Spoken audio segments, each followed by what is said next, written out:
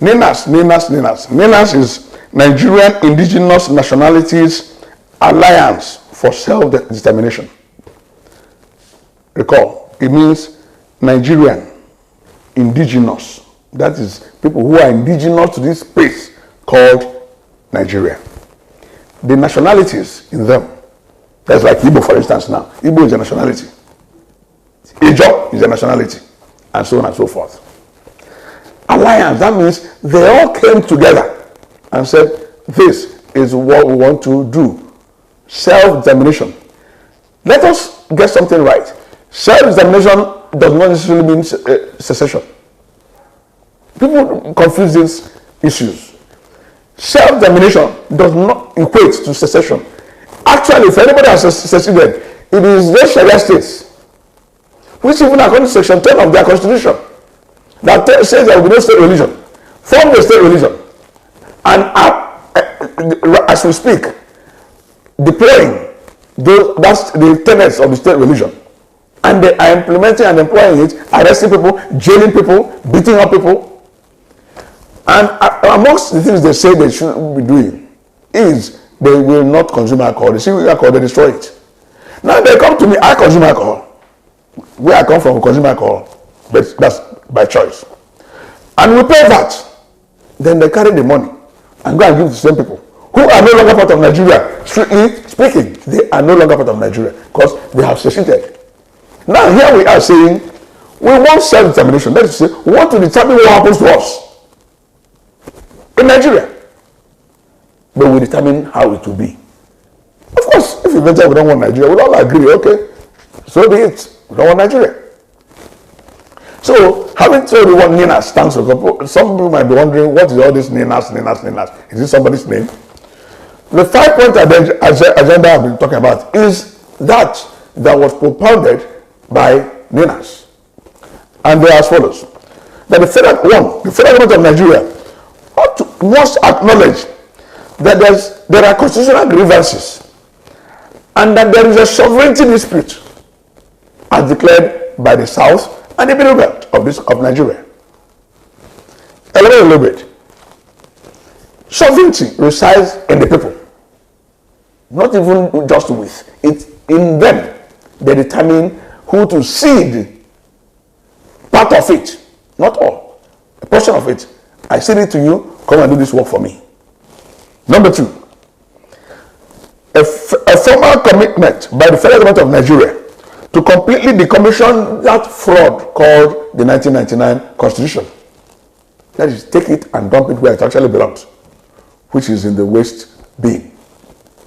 Number 3, formal announcement by the federal government of Nigeria suspending further elections, because the winners of any election held today will still swear an allegiance to that to uphold that same fraudulent document.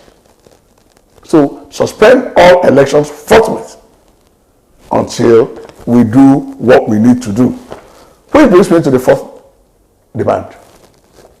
A formal invitation to the peoples of the South and the Middle Belt to work out and emplace a transitional authority which shall specify the modalities for the transition process. This has to be done. If you do that, then for those of them who pretend not to know what to do, we will help show them what they are supposed to do to ensure that there's a smooth transition to a nation that creates and genders equality for all members of that society. And the 5th one, a formal initiation of a time-bound transitioning process. It's not the open-ended one that we have seen in the past. We will do this. 8 years down the line, we are still speaking English then. That will midwife the emergence of fresh constitutional protocols. And this will be in 2 stages. This program will include the regions holding referenda or referendums to determine, and plebiscites, to determine amongst themselves of all what they want to go to the center with, to negotiate with other people. For instance now, as an Igbo man, we determine in Igbo land These are the things we want. These are how we want to be governed. These are that. We want to. We have coal. All our coal. Let the federal government take it. Or no, we take it, but we contribute XYZ% of our revenue there to the center. Oh, police. No, we want police. We will still have a federal police. I'm just giving examples. So these are the things that constitute the 5-point demand of leaders. You can see that it's very easy. Because I'm not telling you not to do your own. I'm saying, I'll go and do my own. You do your own. We meet and we then agree. We will not leave that room. I use room figuratively. Until we agreed on all, not some, or most, all the points. How have we now decided to be governed? Have we decided to form a union? You cannot force me to union. It will break because I'm not part of it. Union is not just a physical thing. It's more of a spiritual thing, emotional thing, than even a physical thing. If I don't buy into it, you are wasting your time. All my actions, even if unintended, will end up undermining that union. Now, as it has been over the years, some portions, the middle belt and the south, have been bearing the burden of this so-called union.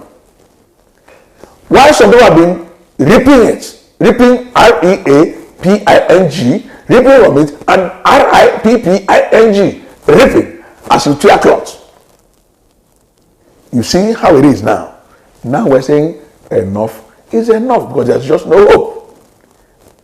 There's no light. In fact, as it is now, there's no end of tunnel. I'm not talking about there being light at the end of the tunnel.